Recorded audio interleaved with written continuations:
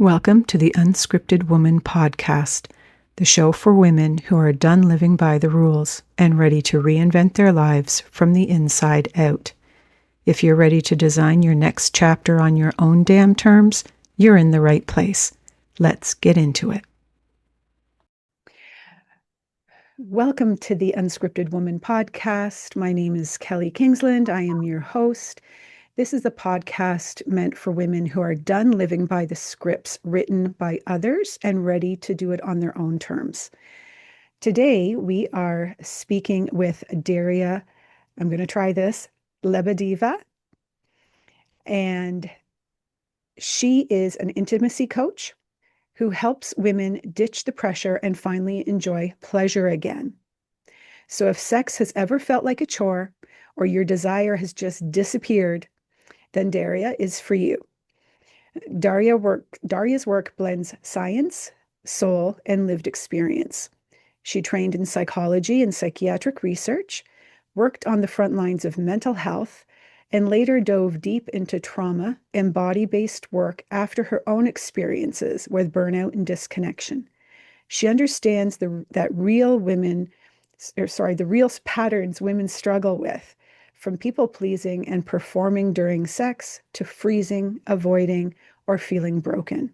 She is basically the woman that you call when you want to fix your sex life from the inside out. So thank you for joining me. I'm so happy we managed to do this. We've had to rebook a couple times. Yes, thank you for having me. I'm really excited to be here and just share my experiences, share what I do. Yeah, it's really, really great. Awesome. It's going to be a great conversation. I'm looking forward to it. So just to kind of give everybody an idea of your background, you weren't always in intimacy. No, not at all. So this is actually like a completely new area for me at the moment, just something that I found myself truly like passionate about, and I've been like, you know what, this is for me. But before that, I'll just go through how I got here. It's been quite a journey. So yeah, in general, like my background's in psychology, as you mentioned, and psychiatric research. So I was more going down the standard like societal professional route of like a therapist, of like a clinical psychologist. That's kind of what I was aiming to be and where I wanted to go with it. Like I've always wanted to help people and I've always wanted to be in the more like sort of mental health space. So, I did the usual thing where you sit down, you Google, you're like, what's the career options, and I was like, okay, this is it, this is the one. So I just followed that route. And along the journey, I had to do quite a lot of different clinical training, so like mental health hospitals and research programs as well. So that's kind of where the burnout like started to kick in a lot, because actually it's very, very intense working in that field and, studying and also working like 12-hour shift patterns and over nights as well. So it wasn't just day patterns, it was nights. So it was like a lot of strain on your body. And at that point, again, when you have like a goal of motivation, you're just like, right, I need to do this to get to where I want to go, to get the title that I want. You kind of just like don't think about your body. You don't think about the effect that it's having on your health or any of that. And to be honest, like again, looking back, I'm quite surprised that, you know, this is a career path to help people in their health, yet it actually really neglects the health of the people that are trying to get to the point where they help others. Like it's very much not thought out in terms of, the people that are like studying and working, like how they are and how like much they have to go through. And yeah, to be honest, the burnout rates are pretty high, like Mm-hmm. in that field. And I mean, I saw that for myself as well. Like I've worked with so many colleagues that you just would see come and go within months because of just like how intense those scenarios and the environments were. So yeah, like my own health just very quickly started to decline because of like the pressures that I was put under. And then I went into a prison job. So I kind of changed it up. I went into prison work to try the 9 to 5 route, thinking it might be better in terms of managing for my health. But to be honest, the pressures of a very high caseload and the exposure to the extreme environments and like the very difficult cases you had to deal with, and also a lot of vicarious trauma, what we call. So it's kind of like the trauma you see other people go through, you pick up, and there's not really the space for you to like process because again, like surprisingly, working in those systems which are meant to be helping others, there isn't much help for you as a practitioner.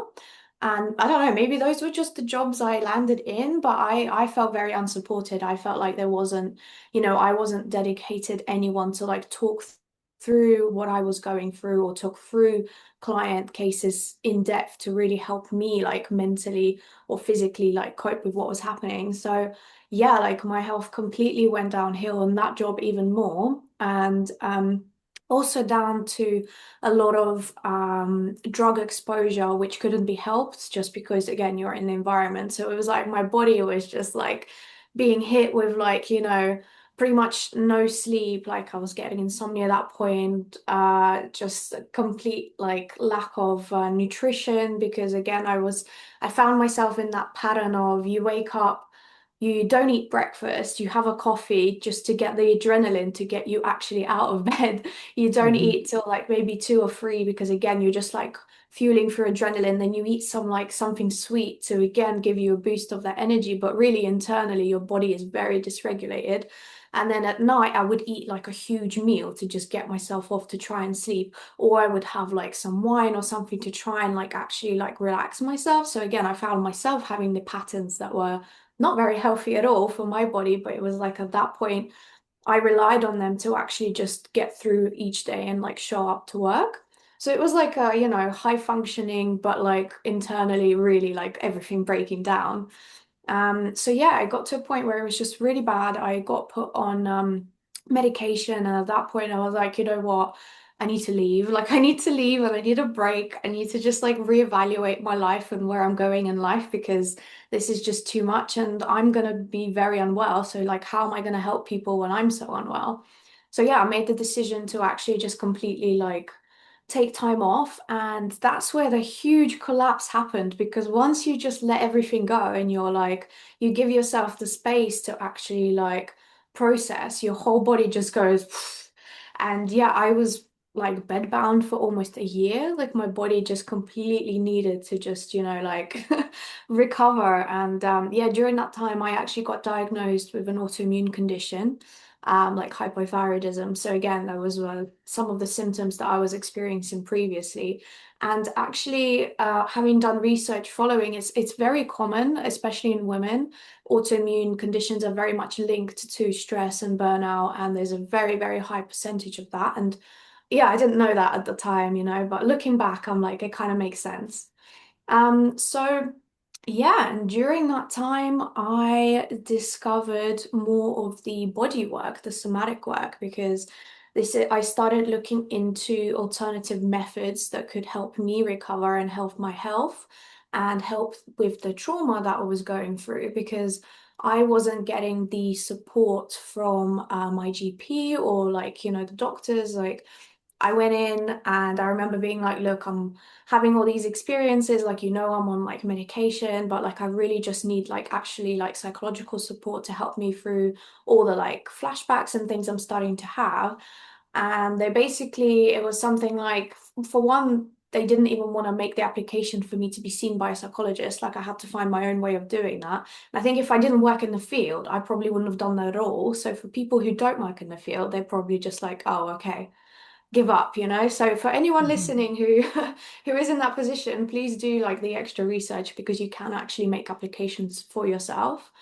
Um, and then yeah, eventually got seen by a psychologist, which recommended me for a trauma unit to be like assessed. And the worst thing I think is getting that reply from that trauma unit. You know what it said? It was like, oh, your symptoms aren't like severe enough. We recommend you go get a job again.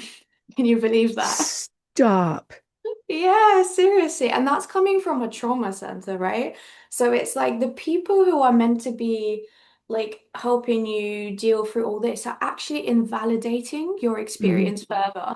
Because I appeared like high functioning and I wasn't like at complete, like on the floor, they thought that it's like, well, I don't know what they thought, but either way, it just completely invalidates your experience.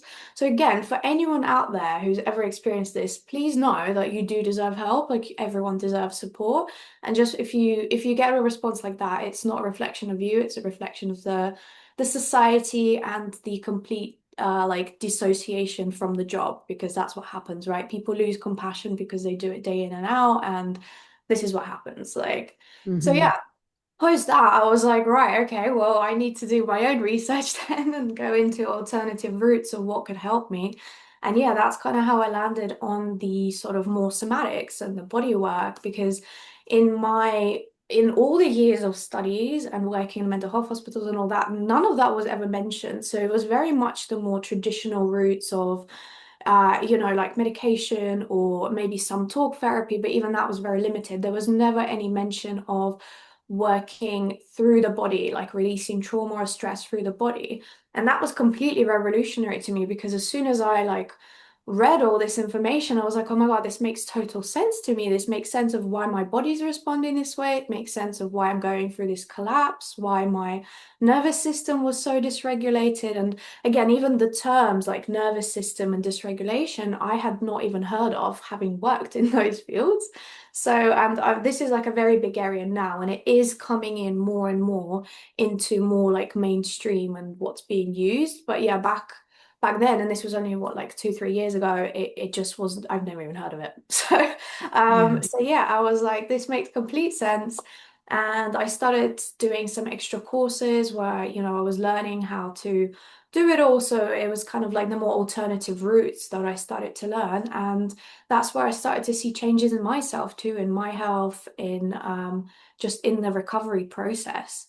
So yeah, that's kind of a bit about how I got into the more general like somatic space and alternative healing. And then I came out of sort of, being in my own recovery, and then delved into coaching space, delved into like sort of practitioner space, and ended up at first also more within the spiritual area and helping people within their businesses. So I was offering Akashic Records readings. I'm not sure if you've heard of Yeah, I any. actually did a podcast on them. Oh, awesome. Yeah. Yeah, yeah. Yeah. So yeah, I was offering that because at that point it was something I was also exploring within myself, and I've really enjoyed doing it. So yeah, I was offering more within that area. And then the more work I did on myself, the more I processed, the more I reflected on my life and really where it was leading me. This is how I ended up in intimacy coaching now, because actually, like, having looked back on my own history, this is something that was so hard for me to even speak about at first, and it's because of my culture. So like, I'm Russian originally, and in Russia it's just like a complete, like, you don't talk about it, like there's no, it's like complete silence. And especially within my own family as well. And I know a lot of people have that experience, not just in that culture, right? It's a very Hmm. like, it's generally a topic that we're only just starting to open up about. So, for me now, it's such a like mission to really like make it more available for everyone, and especially for women to understand themselves more, to come back into their bodies, to really like rediscover themselves, their pleasure, and really be like the person who speaks out about the importance of that, so that people can truly like live and not feel like they're, like just getting through the days, because actually intimacy and sex can unlock so much life force energy that you're just like, you fully feel like you step back into being alive again, and that's why I'm Hmm. here, and that's why what I want to bring to people. Very nice. Yeah. I have to tell you, my background is psychology as well. Yeah. And right out of school, I was working frontline mental health. So I was working in a mental health residence with eight mental health consumers: Hmm. schizophrenia, bipolar disorder. I actually had one that had, well, back then it was called multiple personality, but now it's what, identity dissociation, or, Yeah. Mm. um, very, very ill, in and out of hospital, that sort of thing. And we used to do the 12-hour shifts, 8 a.m. to 8 p.m. or 8 p.m. to 8 a.m. Hmm. We had no separate space. And It was one staff at a time. Hmm. So we had a bathroom in the basement that only the staff could access that had an emergency phone in it if we needed it. But that was the only support that they gave us. Wow. So it's not just you. Mm. And the burnout rate was amazing. I Yeah. think like 3 or 4 years was the maximum that anybody stayed in it before they went somewhere else. Hmm. So yeah. And I mean, I'm in Canada, so I mean, it's all over. It's not just a British thing. It's not just a Canadian thing or an American thing. Like everywhere, there are so few supports for people Hmm. in that area. So yeah, Yeah. Yeah, crazy. it is, and it's really sad because actually then you see there's a really high rate of the people that work in those fields end up in those same situations themselves because Hmm. you pick a lot of what like who you're dealing with, you take on a lot of that energy and there's nowhere to process it and you're literally in survival mode and there's like you don't have the capacity to process any of that and it gets to that extreme overwhelm point where you either like burn out like me or you take it even further and you don't leave at all and you get to that point where you're at that mental state and then you get taken somewhere and yeah the rates are pretty high so it's kind of scary to be honest that it's Yeah. still happening that way so yeah it really needs to be reflected upon and really more support needs to be provided even if it is like a group scenario where, if they're talking about, not having enough money or whatever for everyone, like even if it's like a group situation and they have at least that reflection like once a week or something for all the Hmm. staff, but like something needs to be in place to really help people process. Yeah. Like the best we had was like us as workers ourselves, we would like go to like a pub or something after work and all sort of sit there and discuss what happened in the day. And that was like our way of processing to sort of like help each other, but not Hmm. everyone will do that. So yeah, it's so important to have just at least something. Yeah, absolutely. So I want to get into the somatics because that's also something Yeah, that I really enjoy. yeah. And I know the benefit. I understand how absolutely amazing it is for you. So talk about, if you can, talk about the what exactly somatics are, how it works, the benefits, all that good stuff. Yeah, yeah. So I mean, it's a generic word for the body. So soma is the body, so that's where it comes from. Really, we all probably have some sort of way where we interact with it if we're in the more like, holistic space. So like yoga, breath work, dance, movement, like any of that, that is all somatic in its own way. It's just that like it's bracketed under, so it's like a big umbrella of kind of like what we do. But the idea is the concept is connection with the body. It's the body processing what it needs to process through itself.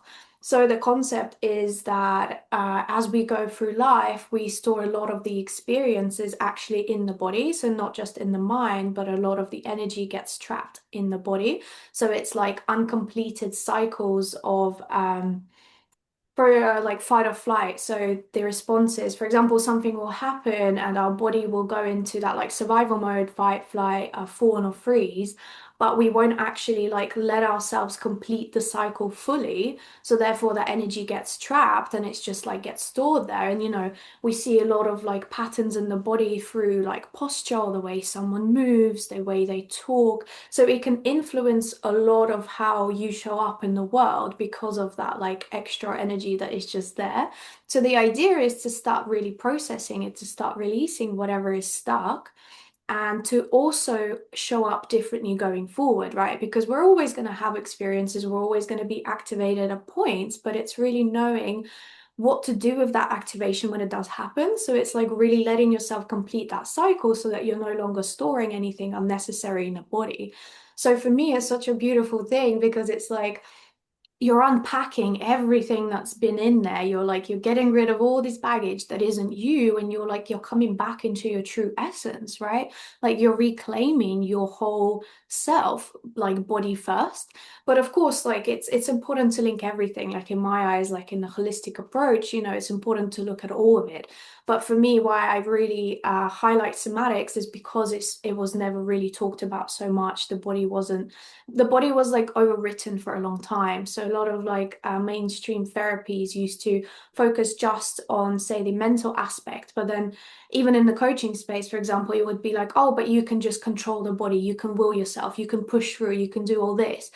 But actually, all that is potentially harming your body because you're pushing it past the limit. So it's like you're being dominating over it rather than making it as a friend, which is where I like to look at it, right? I like to look at the body as a friend, your mind as a friend, your spirit is like your higher self. It's all about the relationship that you're in with it. So it's not about dominating or controlling anything. It's about the connection you have with all of you.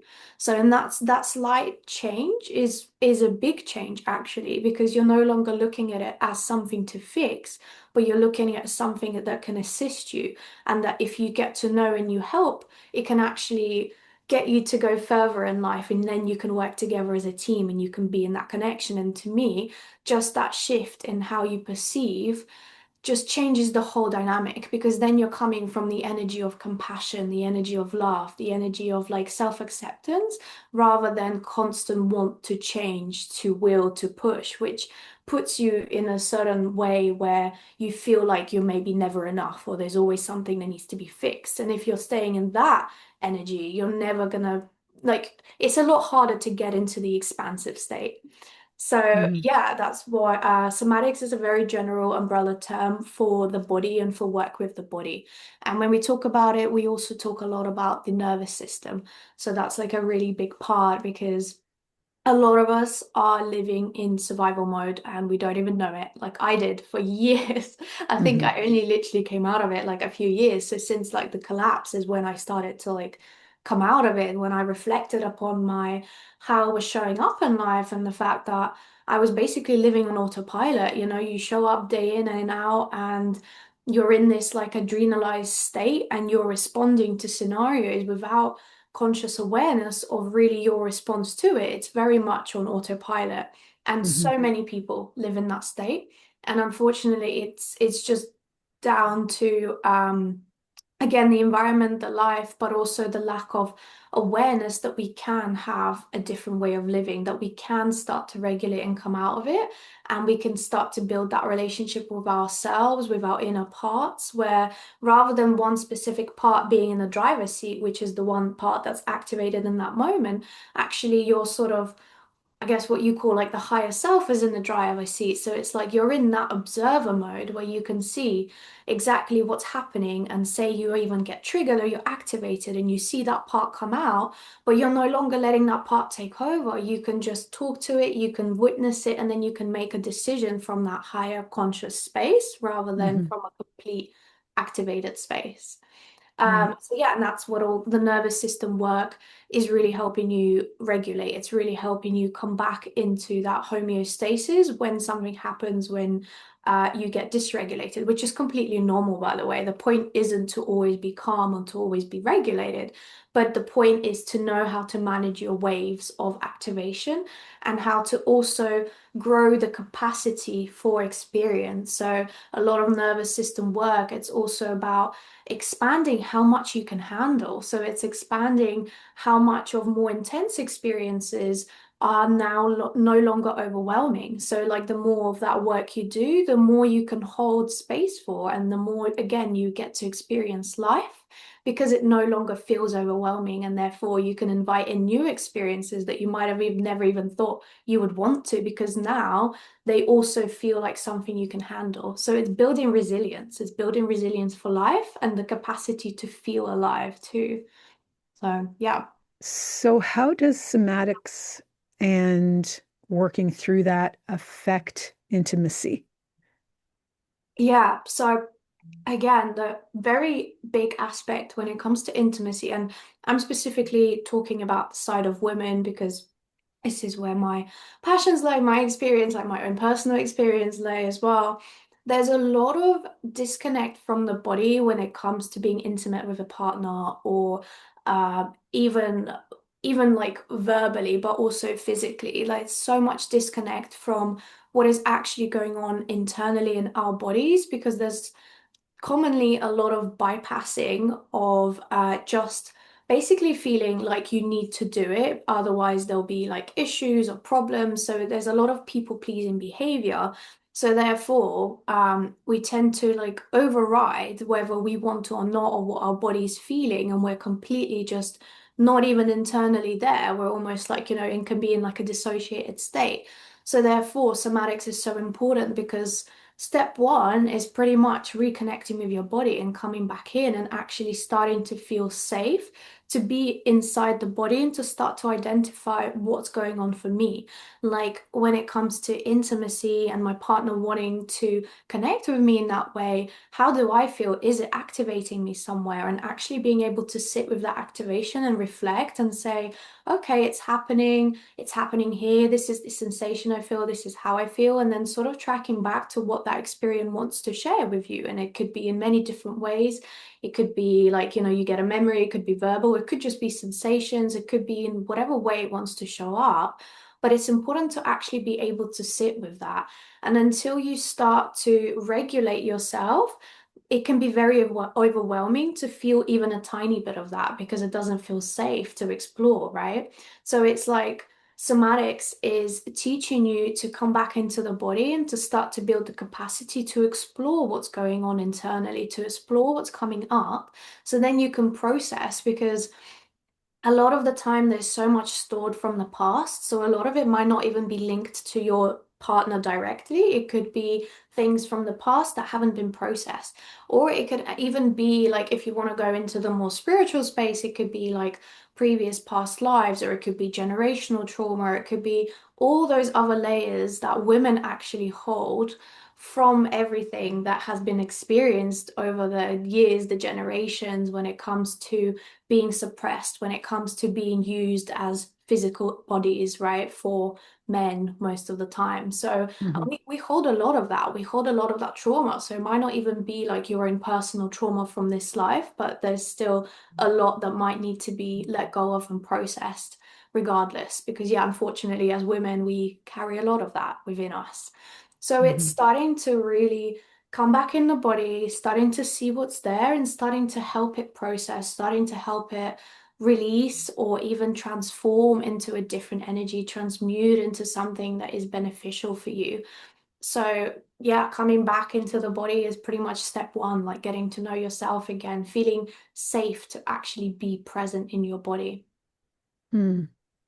So I don't know if this is getting too detailed, but Mm. we tend to do that on this podcast. Right. um, so for women who have a hard time enjoying sex, Yeah. what are the odds that the reason is because there is something there that's blocking them from enjoying it, something that is anchored, something that is either from their past or from, you know, ancestral trauma or whatever.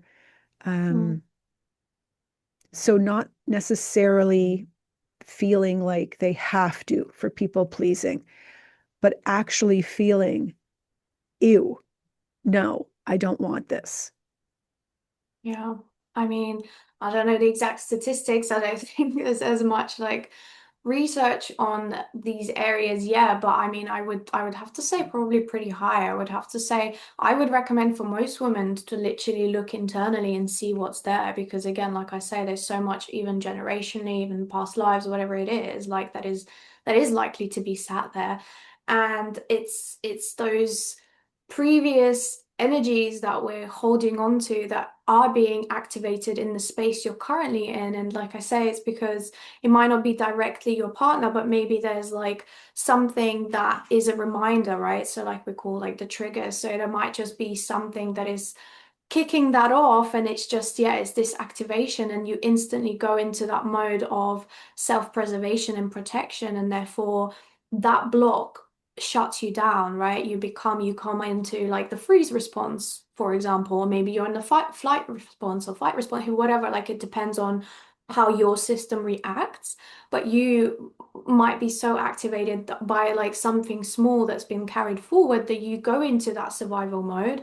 And again, your response, it's not even controllable, right? It's just like it's automatic. It just comes out, and then you're like, why did that happen? I don't even know. And there wasn't the space or the capacity to even be able to identify the exact trigger. You just know it happened, and then you go into shame or guilt or whatever else. And then you're just stuck in that space rather than in the reflective space of even being able to identify what it was. Hmm. But yeah, I mean, I would say it's probably pretty high for a lot of women too. Yeah. And again, maybe it doesn't happen every time. It might even just happen once, but then because we haven't like set the intention to then reflect on, okay, why did this happen? What was the activation? It just goes unnoticed. So therefore, again, it's just still in the system. It's still there for until you kind of address it, right?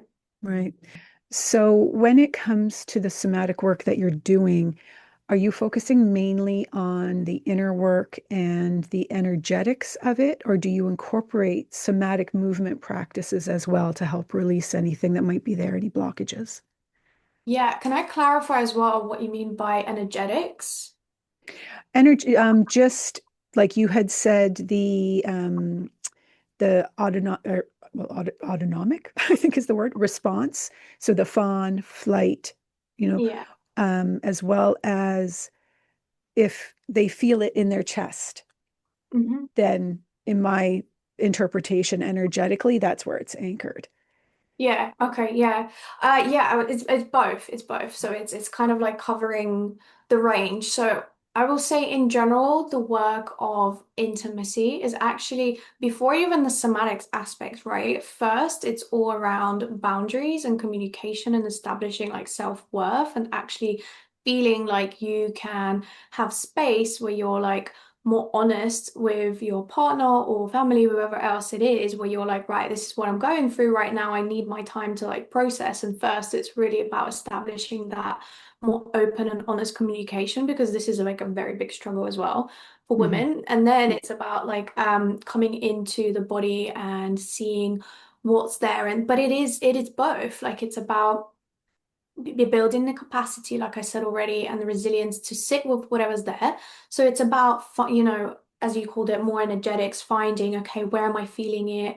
Let me sit with it, let me witness it, let me see what it wants to express. And then the expression part is likely the movement, because once you sit with it, then it's likely naturally telling you, okay, how do I need to move right now to like release it, right? And there might be suggestions, there might be specific things in terms of how we can release certain tensions. And there are specific moves that are out there that we can all try and use, but really the best way is to let your body show you. Like the best way is to use your own intuition and to let the body guide you into what that best movement for you is. So that's what my focus is. So it's kind of like it's both, but it's also around then delving into practices that you can use to help yourself, for one, anchor into the present moment to feel grounded, to connect to the body before you even engage in any sexual activity or even communication with a partner, right? It's about first being able to regulate yourself to feel like, okay, I'm in the position where I'm open, I'm in that expansive state, so I can receive. So it's doing specific practices that, again, can be adjusted person to person, and it's best done in an intuitive way again. But first building almost like a setup, like foreplay, right? So it's like rather than physical foreplay, it's like foreplay with yourself to really like come into your state where you feel more open and prepared, and then you delve into like the more engaging and actual like intimacy with the partner. And then there's a lot around how you can help yourself connect and stay more present, and how to then tune into their space and their energy and really build that connection together, which again, there are specific practices that I can offer, but a lot of the time I find it's great when people take what you teach, but then they will make it their own, they adapt and then Mhm. they run with it. And then, they'll come up with some really cool stuff that actually maybe they can then go share with other people as well that works for them, right? And might work for someone else. Right, right. So When you are working with these people and you look at not necessarily demographics, but trends, are there Mhm. certain trends that these people present with in their life, their history, their emotional um, position? Like, is there anything that is a commonality? Mhm. Well, I specifically am focused on the more when it comes to survivor response, the more of the fawn response. So like the people pleasing side of things, the women that culturally again more brought up to be how you want to say like fit in with others and to be like obedient and to feel like potentially their worth is by giving like their body over, so feeling like their body is like their worth and that's what they value. And as in like if there are say in like a female male relationship that if a man is feeling like they want something from them, it's not even a question of do I want it, it's more about well it's their like right, or it's I'm just gonna do it because they want to, because I don't want to cause issues in the relationship, or because it's easier that way, whatever it is, right? It's that sort of like response of I'm gonna be there and I'm gonna show up in a way that keeps me safe, which means I have to give over whatever to just make them happy, which is keeping me safe. So that's the aspect that I like focus on. Of course, there are other like completely different ways that it shows up. You know, if you look into the more, say, like fight response, there's a lot of like internal and external aggression where women in general are maybe not even like at all engaged, and even like someone getting even slightly close to them feels threatening, so they're just pushing people away. So there's very different ways that it can show up, but I focus on the more people pleasing fawn response aspect of where it's causing issues, right? Because again, this is the bit where communication is a big factor and is really important. It's about opening up and building that trust again within yourself first, trusting yourself that you even have the worth to be able to communicate that to someone, and to know that your purpose isn't just to show up for someone else, but it's actually to show up for you. And a lot of this people pleasing behavior it is like completely unconscious. So a lot of, it's not something that people sit there and know they're doing. They just show up that way. And what you then see happening a lot is women will start to, for example, get ill a lot more frequently. So because their body actually, or themselves, they don't really want to engage in intimacy, but they feel like they just need to keep themselves safe. In the response, their body will start to cause issues, right? Which are then like excuses for why you can't. So you might start to get frequent infections, or you might start to get like another condition, or you have a headache, or whatever else it is, like severe tummy pains. And those conditions might be unexplainable. I personally had an experience like that where I went to the GP. It was literally over about 3 years. They did investigations and they never found why. There was no like explanation as to why it was happening. It just was. And again, for me now looking back, I know why. It's because my body was like that was like its way of like protecting me, because I didn't really want to do those things, but it was like it was giving me a way out almost. Or people will fall into patterns of overworking or finding issues to deal with. So it's like, they'll go through the day and they'll be like, finally a couple hours in the evening, and then there'll be like some other catastrophe will happen, and they'll be like, I need to respond right now, or I need to go do this. And it's like always keeping busy or finding something to do, or finding another stressor, finding another problem to solve. So then, therefore, you don't have to show up in a way with your partner, right? So it's like finding other ways of like escaping that responsibility, I guess, or whatever you want to call it. So yeah, very common patterns that you see. Mm. Um, I remember when we were chatting beforehand in our Mhm. original interview, Yeah. um, we were talking about the effect of drugs and alcohol on hmm intimacy. hmm And what have you seen with that?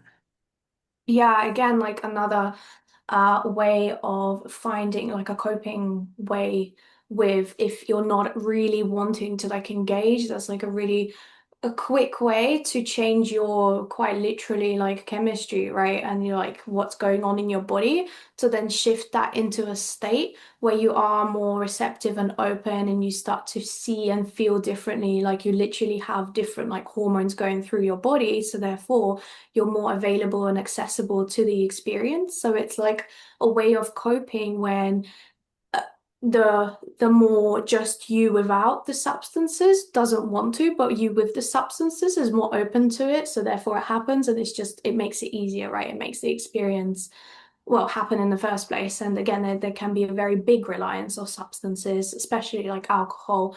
And this is why, of course, we talk about consent, right? And we talk about substances and consent, and in general, like even if there's any sort of substance at all, it is technically counted as like non-consensual. Of course, people, will go out and enjoy and, they will see that as consensual for them, and that's completely fine. But this is where it comes from, right? It's that reason because it literally changes how you perceive the situation, the world. It changes your internal, like the hormones, the chemistry, everything. So therefore, you're not responding from your natural state. So the consent that you give in that moment is a very altered one. It's not the one that is your coming from your natural being. And a lot of the time that can also increase how much trauma you store because when you're in that state, you might be agreeing, but then, the following day, you sit there and you reflect, and your body again took on something that it didn't want to. And that's being stored yet again. So you're adding more and more sort of internal energy and baggage to what's already a lot there, right? So it's like it's building up that pressure inside until eventually, it goes into other areas, and usually it's health, right? Usually there's Hmm. some health issue where something where it's already predisposed just starts to break because that energy, that internal pressure that you're holding is got to come out in some way, and it will eventually. So yeah. Hmm. So I guess I know that, it alcohol will give you it'll change, the way you're thinking. Mm, Um, I guess when it comes to things like regret and, mm, you go out with your friends, you have one too many, hook up with mhm, somebody, you're not, unconscious. You're able to say yes, enjoy what you're doing, what have you. At what point does it become enough of a non-consent to be more than just an internal issue? mhm, Like at what point if someone is regretful the next day and they want to say, oh, well, I couldn't consent because I had had, 4 glasses of wine or whatever. mhm, And I mean, guys, God love them. They don't think that way. So, mhm, there's not many men I know that would be like, oh, well, she had a few glasses of wine. She can't consent. mhm, So where's the balance? I guess I'm being a bit of a devil's advocate because I agree with what you're saying. mhm. But where's the balance between, okay, I've had a few drinks and okay, now it shouldn't be considered consent because I had a few drinks. Yeah, well, that's the thing. It's such a gray area, right? It's such a like topic for discussion. And in general, if you look at it, like any alcohol at all, it can be considered non-consensual by like if you look in the law and how it's perceived. And this is why it's a topic that actually people should look into more, especially men too, right? Because they would Mhm. find themselves in that situation, and then the woman the following day will say that, and they'll be like, "Oh my God, but that wasn't my intention." And then, it just goes into some huge like scenario and case. So yeah, there's not a clear answer to this. I would say the really big thing here is as a woman, if you're going out and you're drinking, it's kind of like reflecting before on what is your intention behind, what state are you coming from, right? Is it trauma led, or is it like you feel happy, you feel like you're open, you're there to meet people, you're there to explore, to have fun? It's a very different state to Mm-hmm. being trauma led, where you're just looking to get messed up, to get with whoever because you feel like you need to feel a hole or whatever inside you, right? And then you're just craving this, but really internally there's already going to be that guilt and that regret, and you know it's going to be that. So it's like, which state are you actually coming from? And Mm-hmm. it's up to us to take that responsibility to really reflect and be like, which one is it? Which one is happening? Unfortunately for the other person on the receiver, and they're not going to know that, right? They might be able to sense it. That's already helpful. So then, therefore, they can make the decision of, okay, what state are they in? Are they here fully present? They're happy, they're engaging, or are they just here to like get messed up and they're not really even like being present with me? They're in their own like world and or something. They're talking about something really difficult that they're going through.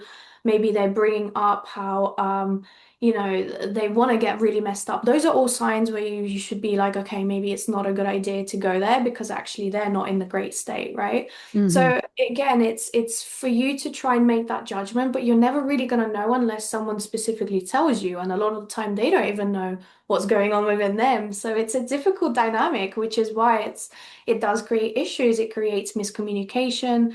It creates scenarios where there are court cases where people will say this, people will say that, and it is a gray area. So I don't have a specific answer for that. I will just say that I advocate for people to try and reflect on themselves as much as possible before and during and throughout, to then check in with yourself, to just try and be as aware as possible of what's going on inside, where am I acting from, to then know, and to potentially change also how you show up, but then to also make other people aware of how you're showing up, because maybe actually they could help you or assist you better in those states. And for anyone on the other side to try and be aware of the person that you're engaging with, like to really try and be also reflective of how are they coming across? Do they seem in one way or another? But yeah, that's all we can do. We try Mm-hmm. be reflective, we try and be conscious, right? And ideally, I would say to really be safe, don't engage in anything unless someone is fully sober. Like that's the Mm-hmm. only way to really keep yourself safe in a way from any like things, but that's not the reality, right? Like we all Yeah. like a drink here and there, like we all enjoy that. So it's just making the best judgment possible in the situation. Right, right. It's been so interesting. So, where can people find you? Yeah, so at the moment, my Instagram is Enlightened Soul Tribe. I'm making a new one because, again, I'm going into the intimacy space, but I will be redirecting from that one. So, yeah, you can still find me on Enlightened Soul Tribe. And I'm on Facebook too, just under my name, Daria Lebedeva. So you can find me on there, or on LinkedIn if you want to connect like more professionally. Also, Daria Lebedeva. Awesome. That's great. Well, like I said before, I'm so glad we finally got to do this. Yeah, absolutely. Thank you Yeah. for having me on this podcast and No. spread my message. And yeah, just hopefully whoever hears it, it'll be helpful for them. And yeah, I just would love to just say one last thing again. It's kind of Mhm. like if you are going through something difficult and you're suffering, please know that you do deserve help. And no matter how you feel like the suffering level is, or maybe you feel it's not as bad as someone else, like you deserve help. Everyone deserves help. But even if the system is telling you you don't, like you do, there are other ways. So just fight for yourself, advocate for yourself, because we all deserve that. Fantastic message. Thank you. So, if you enjoyed this podcast, please hit the subscribe button, hit the notification bell, hit the like, leave a comment, all that fun stuff, because it all helps the algorithm. And I will see you next time. Bye.